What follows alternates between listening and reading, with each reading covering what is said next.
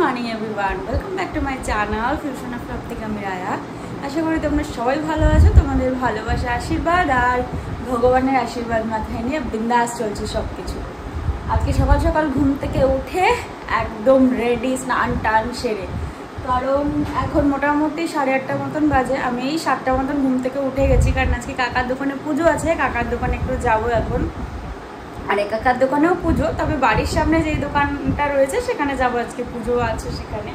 আজকে সকালবেলা উঠে ঘুম থেকে স্নান করে সমস্ত ঘরে গঙ্গার জল ছিটিয়ে আমার এই মহরতীগন্ধের পুজো দিয়ে গোপলাকে রেডি করে সমস্ত কিছু কমপ্লিট করে এখন বেরোবো। গোপলা অলরেডি রেডি হয়ে গেছে, সেজে গুজে আজকে ঘুরতে যাবে। চলো এখন বেরোয়, অলরেডি অনেক লেট, মেজবাল চলে গেছে। আর যেটা তোমাদের বলার সেটা হচ্ছে শুভ অক্ষয় তৃতীয়া, সকলকে অনেক অনেক প্রীতি, অনেক অনেক ভালোবাসা, অনেক অনেক শুভেচ্ছা। চলো বেরোই, আর লেট করা যাবে না, কারণ মেজবাবু অনেক আগে চলে গেছে, আমার জন্য ওয়েট করছে। টাটা, আবার গিয়ে ওখানে দেখা হবে। আজ সকাল সকাল গোপলা দিদির কাছে স্নান সেরে সুন্দর করে সাজুগুজু করে রেডি হয়ে গেছে। এখন একটু ঘুরু ঘুরু করতে যাবে, তাই জন্য প্রতি বছর এই দিনে ওর নিমন্ত্রণ থাকে কাকার দোকানে। আর একজন আগেই পৌঁছে গেছে, ইনি ছোট বলে একটু লেট হলো। ছোটদের সবসময় কনসিডার, তবে সাজুগুজু করে মুখের হাসিটা যেন আর ধরে রাখতে পারছে না। আজকে যে ওর আনন্দের দিন, আর এদিকে আমি পৌঁছেই তাড়াতাড়ি ফলগুলো কেটে নিয়েছিলাম। অনেকটা দেরি হয়ে গেছিল, ঠাকুর মশাইও এসে গেছিল, তাই আর এই সময়ের ভিডিওগুলো করে উঠতে পারিনি। তবে মেজমা বাকি সব কিছু গুছিয়ে ফেলেছিল। একটা পুজোর কম কাজ থাকে বলতো? এদিকে মেজমার নৈবেদ্য সাজানো হয়ে গেছে।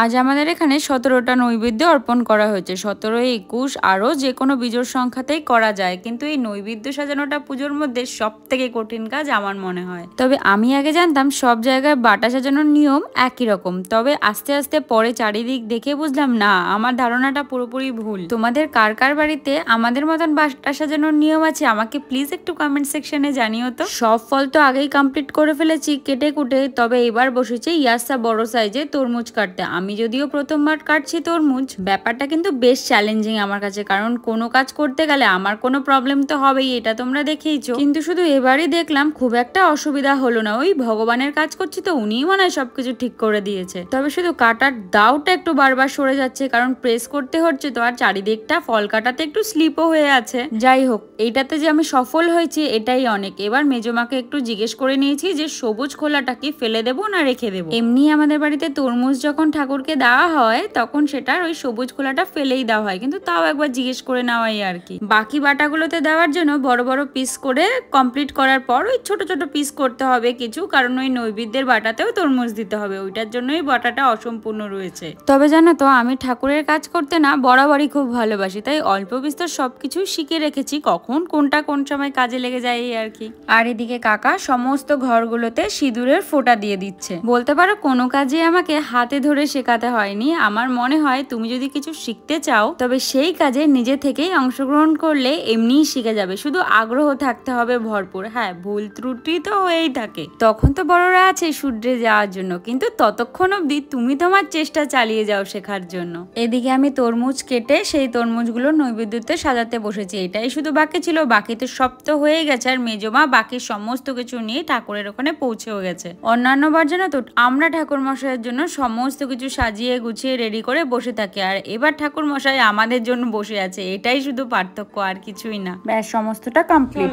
মোটামুটি সমস্ত কিছু তৈরি করা কমপ্লিট হয়ে গেছে। ফল টল কেটে দিলাম। অ্যাকচুয়ালি একা একা না একটা পুজোর জোগাড় করাটা খুব ডিফিকাল্ট, তো একটু হাতে হাতে না লাগালে হয় না। কিন্তু আমার আসতে অনেকটাই লেট হয়ে গেছে, ঠাকুরমশাই অনেকক্ষণ আগে এসে বসে রয়েছে আজকে। এমনি অন্যান্যবার সেটা আর হয় না। আগের বছর দিদুন ছিল মেজমাকে সাহায্য করার, আর এই বছর আমি এসে একটু মেজমার সাথে হাত লাগালাম, ফলটা কেটে দিলাম, মেজমা সব জোগাড় করলো, নাহলে একা একা কী করে পারতে বললো। যাই হোক, রেডি হয়ে গেছে সমস্ত কিছু, এবার পুজোয় বসবে। চলো তোমরা আমার সাথে পুজোয় অংশগ্রহণ করবে।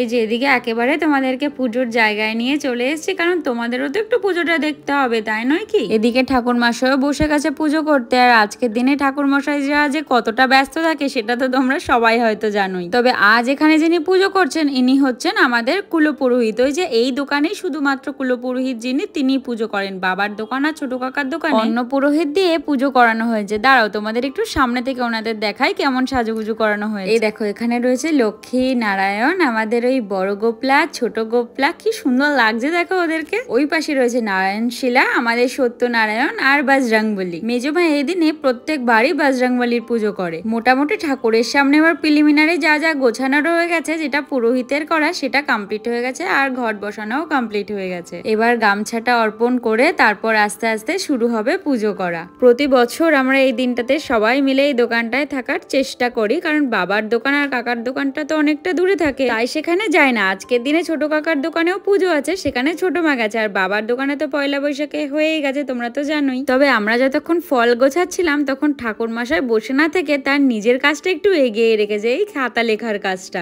আজকের দিনে সিদ্ধিদাতা গণেশকে স্মরণ করে পুরোনো বছরের সব কিছুকে রেখে নতুন করে ব্যবসা বাণিজ্যে সিদ্ধি লাভের জন্য মিনতি করা। এদিকে পুজো অলরেডি শুরু হয়েও গেছে, এই দেখো। আর সত্যি কথা বলতে কি, এইভাবে ভিডিও করতে হয়েছে, কিছু করার নেই, কারণ দোকানের ভেতরে এর থেকে বড় স্পেস তো পাওয়া যায় না। তবে জানো তো আজকের দিনটা একটু মনমরা লাগছে। প্রতিবার মা ভাই বোন সবাই আসে, সবাই একসাথে আমরা কাজ করি। এবার আর কেউ আসতে পারিনি, ভাই আর বোনের পরীক্ষা পড়ে গেছে। নালে প্রত্যেকবার না এই পুজোয় সবার আলাদা আলাদা ডিপার্টমেন্ট থাকে। আমার পুজোর দিকে কাজ থাকে, মেজমার পুজোর দিকে কাজ থাকে, ভাই আর শানু ভাইয়ের থাকে গুছিয়ে দেওয়া প্রসাদগুলো সবার বাড়ি বাড়িতে ডিস্ট্রিবিউট করা। আর তোমরা তো জানোই আমাদের বাড়িতে বুড়ি দিদুন আছে, তাকে কার কাছে রেখে আসবে, তাই মা এবার আর এখানে আসতে পারেনি।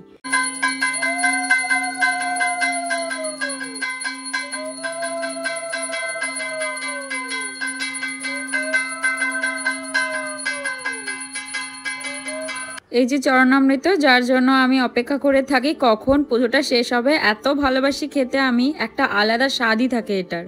পারলে আমি পুরোটাই খেয়ে নিই, ডিস্ট্রিবিউট করার দায়িত্ব আমিই নিয়ে নিই, তবে একটু কম দিতে পারি সবাইকে আর নিজে বেশিটা খেতে পারি, এই আর কি। পুরো ঝুলিয়ে দে। ভালো আসছে, ভালো আসছে ছবিটা, ভালো আসছে, ভালো আসছে না? আরে আসছে। এখনকার যে অ্যাস্ট্রোলজার বিভীষণ, সে সময় অ্যাস্ট্রোলজার ছিল, বিভীষণ এরকম দেখা করতে পারতো আজকের যুগ থেকে কি আসবে, বুঝেছো? সে যাই হোক, গেছে তো ভালো লোকের সাথে গেছে, ছেলে দুর্যোগের গেছে, ও কিন্তু বলছে। এই দেখো পুজো পুরো কমপ্লিট হয়ে গেছে, বাটাও নিয়ে গেছে মেজমা প্রসাদ বিতরণ করার জন্য। আর এদিকে ঠাকুর মশাই তার নারায়ণশিলা নিয়ে ঘট নাড়িয়ে প্রসাদ নিয়ে বাড়িও চলে গেছে। পুজোর আগে পুজোর জায়গাটা একরকম দেখতে লাগে, আর পুজোর পর পুজোর জায়গাটা আরেকটা অন্যরকম দেখতে লাগে। কি অপূর্ব সুন্দর লাগে না জায়গাটা দেখতে পুজোর পর? তোমাদেরও কি আমার মতন একই রকম ফিলিং? এবার এদিকে বসলাম প্লেট সাজাতে, মেজমা বাকি ফলগুলো কাটছে। আর এই ভাইকে তো তোমরা আগে দেখোনি, এটা পান্ডে দাদার মেজো ভাই। এরা 3 ভাই 1 বোন, বাকি দুজনের সাথে কখনো সুযোগ পেলে পরিচয় করিয়ে দেবো। তবে 3 জনের মধ্যে সবাই আমাকে এত জ্বালাতন করে সেটা ধারণার বাইরে। এখন আশেপাশের সমস্ত বাড়ি, সমস্ত দোকানগুলোতে প্রসাদ দিয়ে আসতে হবে, তারই তৈয়ারি চলছে আর অনেকগুলো প্লেট সাজানোর ব্যাপার আছে, তাই আমি ওকে বললাম তুই প্লেটগুলো সাজিয়ে দে, বাকি রেডিটা আমি করে দিচ্ছি। প্রসাদ বিতরণের পর সমস্ত গুছিয়ে গাছিয়ে এদিকে মেজমা বসেছে চালকলা মাখতে। আমি খুব একটা ভালোবাসি না এটা খেতে, তাও না মাত্র খেতে হয় তাই আর কি। তবে আমার নজর আছে ওই প্লেটে সাজানো লাড্ডুগুলোর উপর। তোমরা তো জানোই যে আগে পাশের দোকান থেকে প্রায় লাড্ডু কিনে কিনে আমি খেতাম, কিন্তু এখন শরীর চর্চার দিকে একটু ধ্যান দিয়েছি যে, তাই জন্য কমিয়ে দিয়েছি। কিন্তু তোমরাই বলো না, স্বাদের জিনিসটা চোখের সামনে থাকলে কতক্ষণ আর নিজেকে কন্ট্রোল করা যায়? এক তরফ তো চলে গেছে, আবার আরেক তরফের জন্য এক প্লেট সাজিয়ে ফল কাটা হয়েছে। মেজমাই সমস্ত কিছু কেটে কুটে দিল, এবার আমি গুছিয়ে দেব শুধু। সকাল থেকে তো সবাই উপোস রয়েছে, চালকলা খেয়ে উপোস ভেঙে এবার দ্বিতীয় পর্বের জন্য সবাই জোর কদমে লাগবে। এদিকে সবাইকে দেওয়ার জন্য ও যে প্লেটগুলো সাজিয়েছে এগুলো ফল দিয়ে এখন পরিপূর্ণ করা হবে। মেজো মা আর আমি একটু হাত লাগিয়েছি বটে। আর এই কাকিকে তো তোমরা চেনোই না, এই কাকি হচ্ছে আমার বাড়িতে যে থ্রেডিং করাতে এসে যে বোনটা, সেই বোনটার মা। এই সমস্ত ফল প্রসাদের সাথে 2 রকমের মিষ্টি দেওয়া হয়, কাকি সেটাই বাড়ছে আর কি। আমি কাকিকে বললাম যে আমি আর হাত লাগাবো না, তাহলে পুরো হাতটা না রসের হয়ে যাবে, তুমি এদিকে মিষ্টিগুলো দাও, আমি ফলটা ভালো করে সাজিয়ে দিচ্ছি। আর এর মধ্যে তো একটা বিপত্তি ঘটে বসে আছে, কাকা একটা বাড়িতে গেছিল প্রসাদ দিতে, আর কাকা এই অনুষ্ঠানের জন্য এত দৌড়াদৌড়ি করছিল, তাড়াহুড়ো করে সিঁড়ি দিয়ে উঠতে গিয়ে পা হড়কে পড়ে পায়ের হাঁটুটাকে অনেকটা কেটে বসে আছে। ওই যে তোমাদের বলি না, একটা কোনো প্রবলেম ছাড়া আমাদের বাড়ির কোনো কাজ পুরোপুরি সম্পূর্ণ হবে না, সে ছোট হোক আর বড়, প্রবলেম হতেই হবে।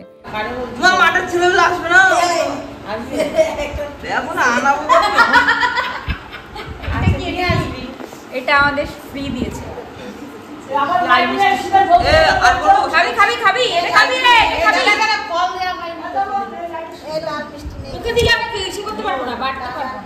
লাল নাই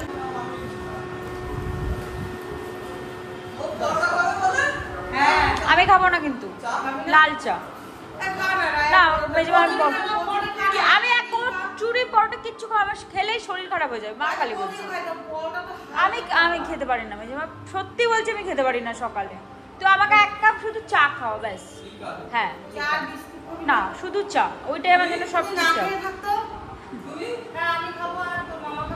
তুই চা আমার জন্য আমাকে শুধু আমি এক কাপ চা